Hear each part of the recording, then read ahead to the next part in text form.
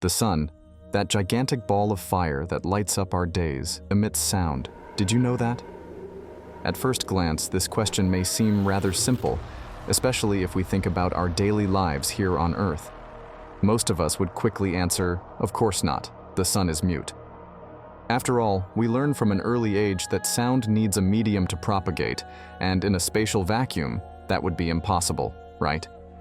But what if I told you that there was a way for sound to travel through space, across the millions of miles that separate us from our parent star? What would we hear? Would the sun give us a celestial symphony? Perhaps a melody as beautiful as it is frightening, capable of echoing through the cosmos? Or would it be an overwhelming sound, a kind of cosmic roar that, if we could hear it, might become the last thing to hit our eardrums? Thanks to advances in technology and the relentless efforts of scientists, we no longer have to rely solely on our imagination to explore these questions. Sophisticated space instruments, such as the Parker Solar Probe, which is currently orbiting close to the sun, offer us clues to this mystery. These probes pick up pressure waves and particles, sound traces from the sun, if you will, which give us an idea of what we might hear if the vacuum of space weren't an obstacle. But here's another fascinating detail. The sounds captured are not all the same. What we are hearing, through recreations made by specialists, is the transformation of these amplitudes and frequencies into something that our ear could understand if there were air there. Just imagine the sound diversity that this immense cosmic furnace is capable of producing. Our planet Earth is about 93 million miles away from the sun. That's pretty far, isn't it? Even so, scientists say that the sun is actually super noisy. Imagine a sound reminiscent of those humming electric generators, or even something you'd say was radioactive. This is all because inside the sun there's a gigantic nuclear party going on that produces an absurd amount of energy. To give you an idea, the sun produces more energy in a single second than the whole of humanity can produce in a year. That's a lot of energy. Now, if by magic we could hear the sound of the sun here on Earth, it would be like turning your cell phone up to the max on giant speakers, the kind used at rock concerts. And if you played the sound of the sun at a volume of 110 decibels, which is very loud, it would be unbearable.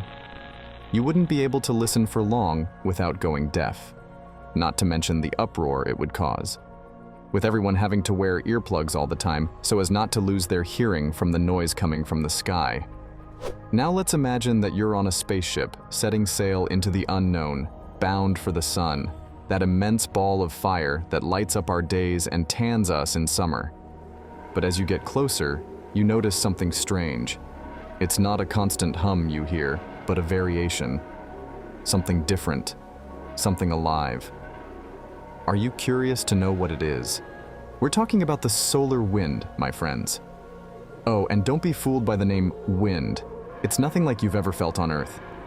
Imagine a flowing river of charged particles, a superheated plasma, exploding from the sun and traveling through space at breathtaking speed. This tireless stream of solar energy travels through the solar system, touching planets, stars, and maybe even visiting some aliens along the way. Think interplanetary express delivery. Now, if you think receiving lots of notifications on your cell phone is information overload, imagine what these particles are doing. And by the way, around 1 million tons of these particles are launched into space every second. That's right, per second. And this whole story gets even more interesting when the solar wind meets the Earth. It's the aurora borealis, those spectacular lights in the night sky of the polar regions. But what makes the sun expel such a powerful solar wind? It's all thanks to nuclear fusion, a force so powerful that it even overcomes the sun's gravity. Just imagine the energy needed to overcome this gravity and launch particles into space. In the 1960s, scientists discovered something incredible about the sun, our mother star. They realized that in the sun's atmosphere, which is called the corona, there were particles moving around. But not just any particles, they had a very peculiar speed pattern. Near the surface of the sun, these particles were moving at a speed of around 476 feet per second. Fast enough, right? But here comes the big surprise. When these particles left the corona and traveled into space, they accelerated wildly, reaching speeds of up to 2,027 feet per second. This means that these particles gained enormous energy to be able to move away from the sun and travel through space. Now, you might be asking yourself, but what makes these particles accelerate so much, from a normal speed to a super speed? Well, that's the question that has left scientists scratching their heads. To this day, the process by which the particles in the solar corona accelerate from subsonic to supersonic speed is a great mystery. Experts think that the sun's magnetic fields may be behind this heat fest in the corona.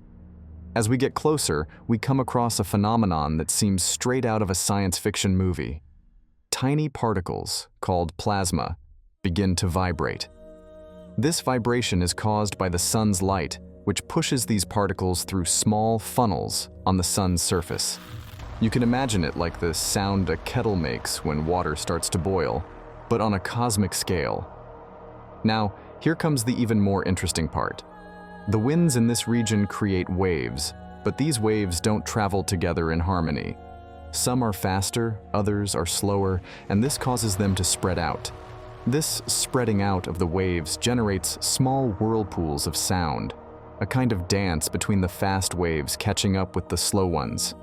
Eventually, this dance finds a rhythm, and it is this balanced sound that reaches us. These sounds are like short bursts, but as we venture closer to the sun, they change.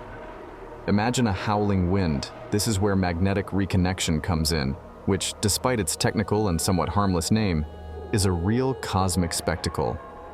Imagine magnetic field lines dancing around the sun, stretching and finally merging, as if they were celebrating a reunion after a long time.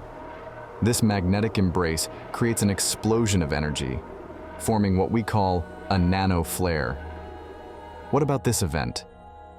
Well, it heats the corona to absurd temperatures. We're talking millions of degrees in a matter of seconds. Now, while the Parker probe continues its valiant journey around the sun, collecting precious data, the question remains: which of these sounds did you find most impressive?